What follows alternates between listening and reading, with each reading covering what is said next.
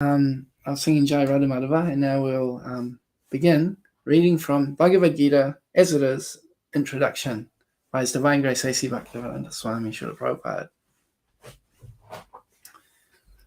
In the Bhagavad Gita 8.21, it is stated, Avyakto kshad ityuktas tam ahu paramam gatim yam praptya na nivartante tadhama paramam mama. Avyakta means unmanifested. Not even, let me share the text so we can all read it together if we want. Share the window, there we go. That's better. And we'll just make it a bigger. There we go. Okay, Hare Krishna. Avyakta means unmanifested. Not even all of the material world is manifest before us. Our senses are so imperfect that we cannot even see all of the stars within this material universe. In the Vedic literature, we can receive so much information. We can receive much information about all the planets, and we can believe it or not believe it. Believe it or not. All of the important planets are described in the Vedic literatures, especially Srimad Bhagavatam. And the spiritual world, which is beyond this material sky, is described as avyakta, unmanifested. One should desire and hanker after that supreme kingdom. For when one attains that kingdom, he does not have to return to this material world. I'll read more, but I'll just comment briefly on this part first. Om Gyananandasa Gananjana Shalakaya Chakshu Ammalitam Jena Tasmai Shri Gurave Namaha Jai Shri Krishna Chaitanya Prabhu Nityananda Shri Advaita Gadadha Shivasari Gaura Bhaktivinoda Hare Krishna Krishna Krishna Hare Hare Hare Rama Rama Rama Hare Hare. Okay, so I'll just put the chat on here. If there is anybody listening, or whether live or afterwards, please leave a comment, and that'll make things a lot more interesting. There we go. Hare Krishna. Theology Unleashed, Prabhu. Nice to have you here. I had some problem with the first stream, so I had to start again. Okay, I'm just going to remove the bookmarks. Okay. So this section here is talking about avyakta, and it's important to understand that avyakta doesn't mean impersonal. This is what the impersonalists and Mayavadis like to focus on. When it says avyakta, they say, this is unmanifested. So we understand that it's not material, it's spiritual. But being spiritual does not mean that it doesn't have a form, doesn't have personality, that there aren't relationships and so on, activity. So this is just one important point that we need to understand, that Prabhupada emphasized over and over and over again. And it's also explaining here what it means to be unmanifested. Unmanifested means you are not able to, you can't see it, basically. If something's unmanifested, it may exist, but it's not within the realm of our sense perception. We can't hear it, we can't see it. And sometimes we talk about the pastimes of the Lord as manifest and unmanifest pastimes. So when we say the manifest pastimes, it means when Lord Chaitanya came to this earth planet, he had particular pastimes that he enjoyed while he was here, and same with Lord Krishna and all the other incarnations. Then there's other pastimes which take place in the spiritual world, and we may call those unmanifest pastimes. And now we can see that Prabhupada was here present with us, living like us, with a apparently material body and so on.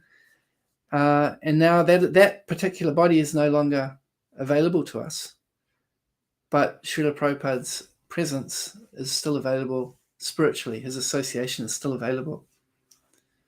And this is what we mean by unmanifest presence. So it's making the point that we're very limited in what we can understand. Even within this universe, we can't understand everything. In the last class, we were talking about the moon landing, and that one of the possibilities is that if people did go to the moon, they didn't have the eyes to see the moon as it really is. And certainly we have no idea what's going on in all parts of the universe. There's so much speculation. Yes, trillions and millions of light years away, this is happening and that's happening. All speculation. It's a little bit like the dinosaur program where you find a few bones and then you speculate that I found this bone and that bone, and I'm guessing that if that one went together with that one, it could look something like this. There's a lot of embellishment that goes along with these things. So there's what we know, and then there's the stories that we create to explain what we see. And even what we see may not be accurate either. They've got these 4 defects. The imperfect senses, Prabhupada's mentioning directly here. The ability to be illusioned. What we see with these imperfect senses, may be a trick. It's like when you put the pencil into the cup of water, it looks like the pencil's cracked, like it's broken. This is illusion. The propensity to make mistakes, and then the cheating propensity, which we see all the time. People are always tricking other people in order to get something of their own benefit, whether it's for money or power or just a sense of importance. There's so many reasons why people engage in this cheating propensity, and they even cheat themselves. They means me, we, me. Sometimes some facts are staring us in the face that we don't want to acknowledge, and therefore we try to pretend that, oh, no, it's not so bad, I'm not so bad. And that's why it's really important in Krishna consciousness that we have the guidance of the Shastra, which can let us know how things really are beyond our imperfect speculation, senses, and so on. We need to hear from Shastra. And we also need to hear, and we need to associate with advanced devotees, because they can point out things that may be a blind spot for us, or maybe something that we don't want to accept. They can, like they say that the guru, what is it? Sadhu means to cut. Guru means heavy. And so it's required from time to time to be woken up. Hey, you're off track, bro. Wake up. Prabhu, you're heading the wrong way. You should be going in this direction. I think you've kind of need a bit of help, perhaps.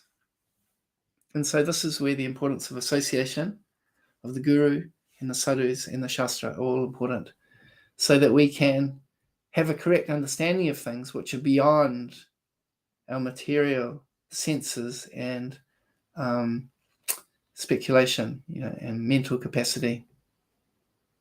So we'll continue. So one should desire and hanker after the supreme kingdom, which is unmanifested beyond the material sky. For when one attains that kingdom, he does not have to return to this material world. So this is the conclusion of Easy Journey to Other Planets. I was mentioning last time that the first book that I read was Easy Journey to Other Planets, and I thought it was going to be a guide to astral travel. And I was a bit disappointed because it had nothing to do with any of that. And so then I read another book, Path of Perfection, and it was clear to me what it was about. It was going to tell me how to live my life. And so then that was successful. For me, I understood what it was all about, and I decided to practice Krishna consciousness. Anyway, the conclusion of the Easy Journey to Other Planets is that you can go to other planets. There is a process for doing that. It's not through the mechanical process of spaceships. It's through the process of yoga, as it's described in this same chapter of Bhagavad Gita, chapter 8. Whatever you think of at the time of death, you go there. So this is the process. We have to develop our consciousness to go to those planets. And beyond that, we need to get the permission of the proprietor of that planet. Every state in this Earth planet has got border patrol. If you want to enter that country, you need a proper visa. You need to be authorized. So in the same way, to go to different planets within this universe, we need to have authorization. So let's have a look what it says about how to get to the spiritual world, where you never have to come back. Yes, that was the point of Easy Journey to Other Planets, is yes, you can go to planets within this material world. However, you can't stay there. You have to come back to the Earth. Go to the heavenly planets. How do you get to go there? Well, I've mentioned a couple of things, but another really important factor is you need the qualification. You need the karmic credit to be able to enjoy in the heavenly planets, for example. And when that karmic credit runs out, you have to go back to work. So, you work really hard, you build up a bank balance, you book a trip to Fiji, you go there and you sip on coconuts and you lie in the sun, and after some time, your money runs out. You have to go back to New Zealand, back to the hard slog, what do they call it? Hard yakka, to earn more money so you can enjoy again. And this is the process of karma in the material world. We create pious credits, we can go to the heavenly planets. When they're used up, we come back down and again have to accumulate pious credits if we're smart to a certain extent, or if we don't take advantage of that, we may get into debt and have to repay the debt by going to hell, some hellish place, some suffering. But that's not forever. When you've repaid your debt, you've done your time, you get to come back and you have the choice again. And this cycle up and down is always going on within the material world. And so Prabhupada's point was, don't be so eager just to go somewhere and then have to come back with a lot of endeavor. Instead, focus on getting out of this material world. Go to that place that you don't have to come back from, the spiritual world. So, how do we do it? Next, one may raise the question of how one goes about approaching that abode of the Supreme Lord. So, information of this is given in the 8th chapter. It is said there, Antakale chamameva smaran muktva kalevaram yav prayati sa madbhavam yati nastyatra sangshayaha. And whoever at the end of this life quits his body, remembering me alone, at once attains my nature. Of this there is no doubt. Bhagavad Gita 8:5. One who thinks of Krishna at the time of his death goes to Krishna. One must remember the form of Krishna. If he quits his body thinking of this form, he surely approaches the spiritual kingdom. Madbhavam refers to the supreme nature of the Supreme Being. The Supreme Being is Satchid Ananda Vigraha. That is, his form is eternal, full of knowledge and bliss. Our present body is not Satchid Ananda. It is Asat, not Sat. It is not eternal. It is perishable. It is not Chit, full of knowledge, but it is full of ignorance. We have no knowledge of the spiritual kingdom, nor do we even have perfect knowledge of this material world, where there are so many things unknown to us. The body is also Nirananda. Instead of being full of bliss, it is full of misery. All of the miseries we experience in the material world arise from the body. But one who leaves this body thinking of Lord Krishna, the Supreme Personality of Godhead, at once attains a Satchid Ananda body.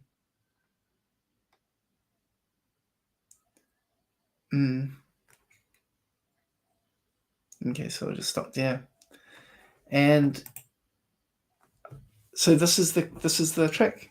The trick is that at the time of death, we need to remember Krishna. And I have a really nice story I'd like to share, which I was reading today. Where is it? There we are. About this, how this works. So, let me just go back here.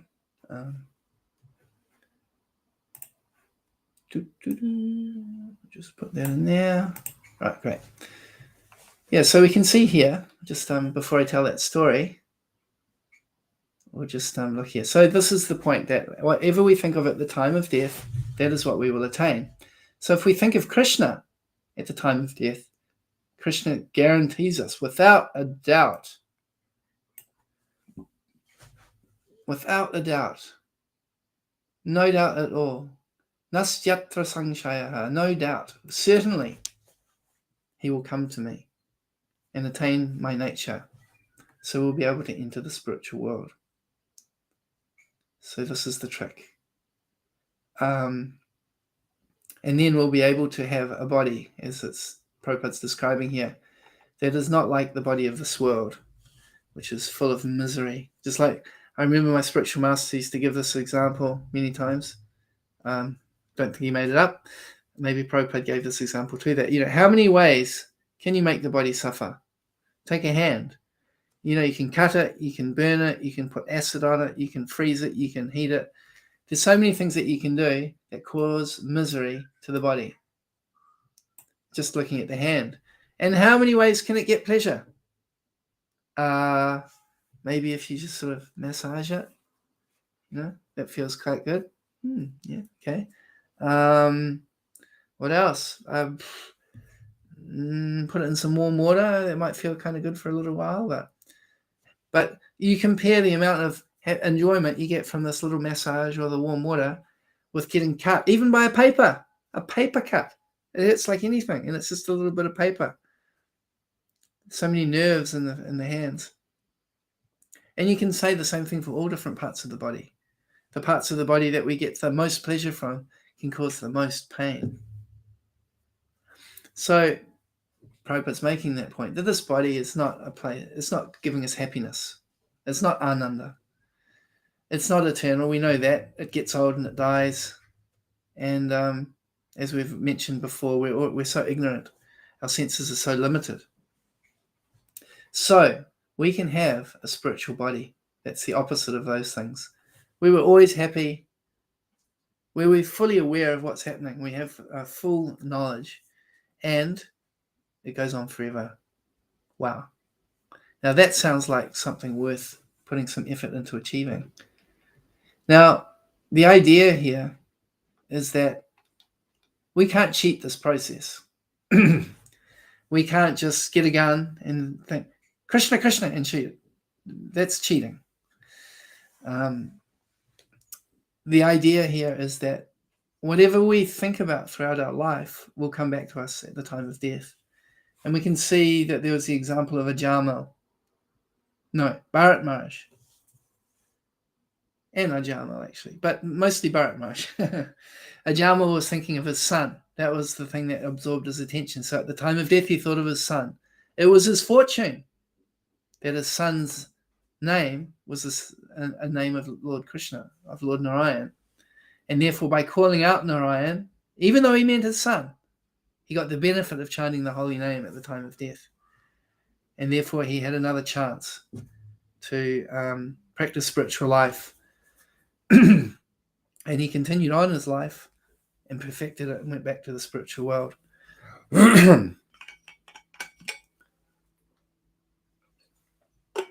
Bharat Maharaj also was very attached to the deer.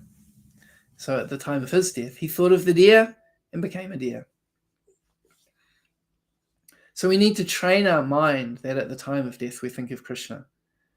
We can't think that, at the time of death, I'll just switch off everything and think of Krishna. This is where Krsnendu Maharaj is so fortunate.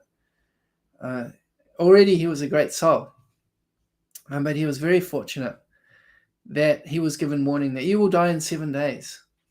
And so therefore he had 7 days to really focus his mind on hearing Srimad Bhagavatam and focusing on Lord Krishna. And then the time of death came, and back to Godhead. Bhishma Dev was also lying on the bed of arrows, and he had the mystic power that he could resist death until he chose the time. So he waited until Krishna was right in front of him, and staring at Krishna's face, he left his body. He knew this key factor. In this chapter 8, it talks about different times of dying, that if you die at this time, you can go up, and if you die at this time, you go down, auspicious and inauspicious times. So Bhishma Dev, he waited until an auspicious time. Astrologically, he waited for the sun to start heading back to the north. And even more important, beyond auspicious, he waited for that transcendental opportunity to look at Krishna in the face while he's leaving his body. So in this age of Kali, Lord Chaitanya has given us this process of chanting the holy name. And Prabhupada, it's very interesting. Where was I reading it? Something I'd not really seen before, where Prabhupada was saying how whenever you're doing something, you keep your beads with you. And if there's a moment between something happening, you chant more.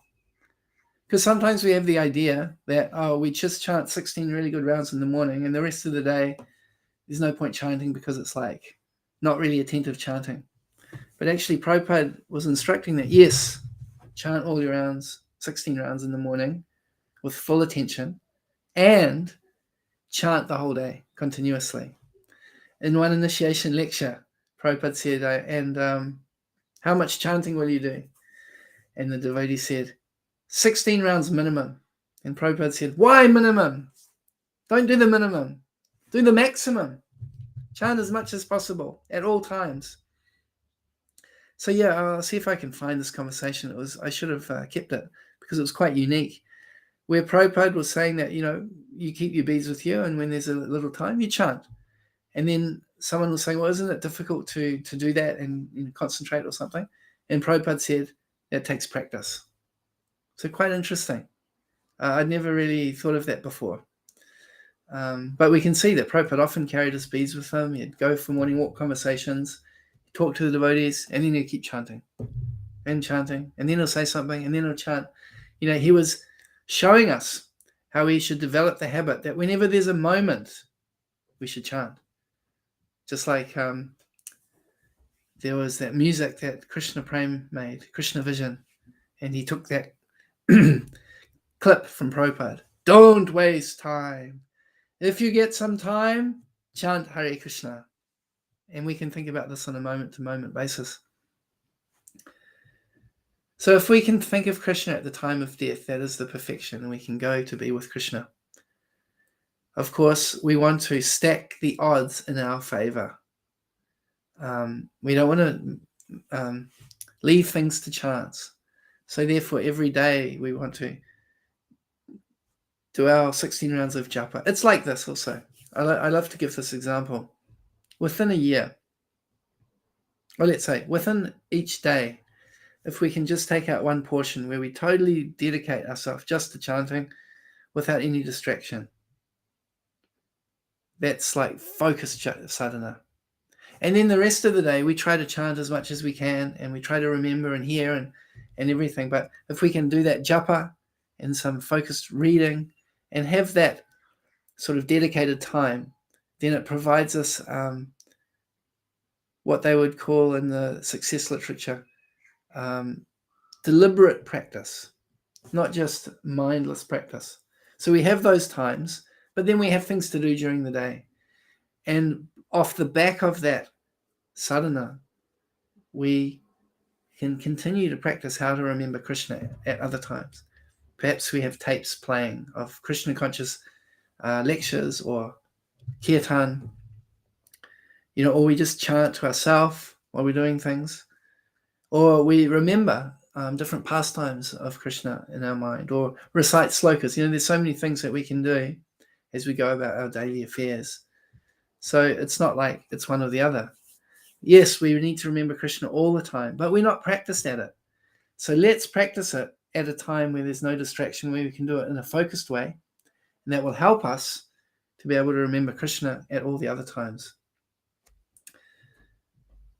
And therefore, by doing this, it's training ourselves to always think of Krishna. And therefore, if we're always thinking of Krishna at the time of death, we can also remember him.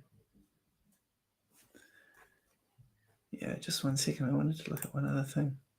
Just something came to mind. There was an interesting quote from Prabhupada the other day. I'll just see if it's relevant. Yes, we also need to keep engaged. We don't want to have an idle mind. Like Prabhupada was explaining to Tamal Krishna Maharaj that you need to have engagement. You can't just sit and chant all day. It's not your nature to do that. Therefore, we have to have engagement. And then it's very interesting. This quote was sent through ISKCON Connection newsletter. It's a letter in 1974 to Drishta Ketu. That unless we are automatically engaged, unless we are constantly engaged, there will be sickness and illicit sex automatically. Wow. Interesting, isn't it? If we have, what do they say? An idle mind is a devil's workshop. So we should also see how we can keep engaged in the service of the Lord. We may have our duties, material responsibilities. That's also engagement. One of Prabhupada's really key points, that if he became the Prime Minister, he said the first point from a material point of view is everyone needs to be employed. There should be no unemployment, because unemployment leads to so many problems. And here he's specifically talking about illicit sex. When people don't have employment, they become agitated. So very interesting. And he was writing to a devotee who was a painter, and he said, if you don't feel like going on book distribution or chanting in the streets, but you're engaged in painting for Krishna, that's also wonderful. So there's a far out letter. Let me try putting it in the comments. This is the letter here. Try something new. Click on that. Okay, that wasn't the link. Okay, just a second. Copy link. Let's try that. Okay, so that's what it is. Here's the link. Hopefully that link will work. It's not the direct link, but it came from an email. So there we go. So I just wanted to share this story from Indra Swami, which I may have heard before, but when I read it this morning, I was like, wow, this is amazing. So here's Indra Maharaj. So in this letter, he was telling, I won't read it out. Maybe I'll try to put the link in the comments as well for those that want to read it themselves. There we go. So Indra Maharaj is telling that he was trying to help his mother, but she wasn't really interested. She wasn't really all that into God and things like that. Then one day, he got a phone call from her, and she said, "Can you take me to Vrindavan?" And he's like, "Well, that's out of the blue, but hey, that's great." And he said, "I'll call you up in the morning. It's a bit late now." And then when he called back, his mother had already passed away. So wow, his mother wanted to go to Vrindavan basically at the time of her death. And so anyway, he spoke to his brother, and the brother said, "Yeah, she's had cancer for 6 months, but she didn't want to tell you." And so then Indra Maharaj asked his brother, "Well, what did she say? Did she say anything? What were the last things that she said?" And this is what the brother said: "Don't lament for me.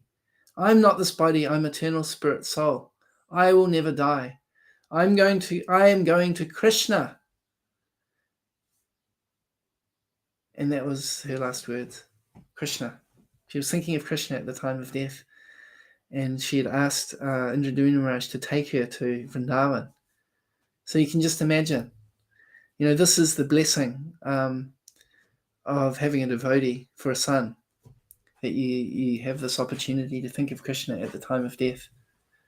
So then the brother continued to say that, you'd given her all Prabhupada's books, and when she found out that she had cancer, she began to read these books, and she began to listen to Dhruva Maharaja's lectures, and so on. And therefore, and then finally he was able to take her ashes and put them into the Jamuna River in Vrindavan to fulfill her dying wish. Yeah, I just thought this was an amazing story that, sometimes we feel sad that our family is not interested in Krishna consciousness. But we can see here that if we become very sincere, like Dhruva Maharaj, and dedicate our life to Krishna consciousness, then Krishna can make amazing arrangements to bring our family to Krishna.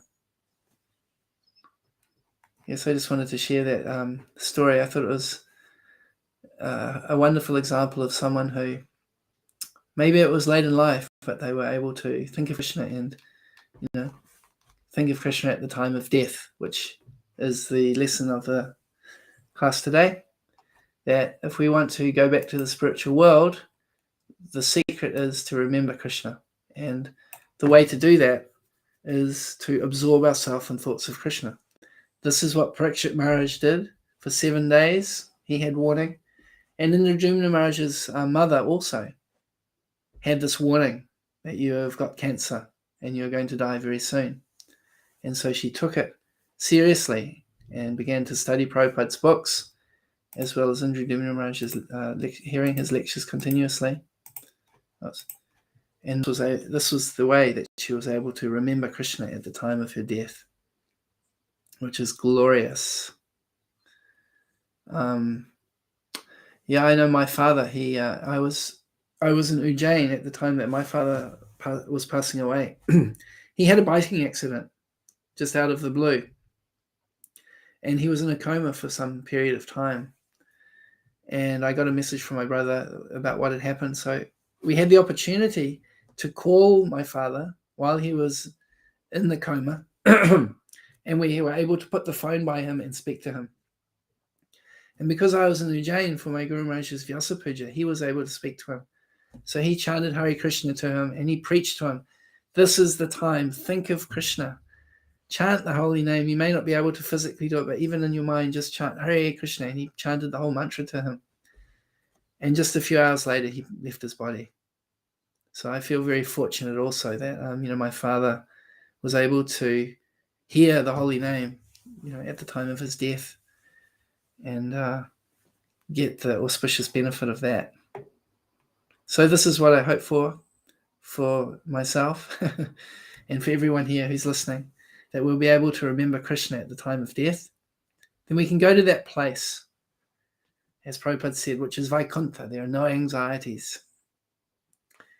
We'll be fully happy, in full knowledge, and it'll go on forever. So I'll end here, and thank you for listening to this talk. If you have any questions or comments, type them away, either on YouTube or Facebook, and we'll come and check them if you are, watching this on the replay. Otherwise, do whatever you can to have really strong sadhana and to remember Krishna as much as possible throughout your days. Jai, all glories to Srila Prabhupada. Hare Krishna.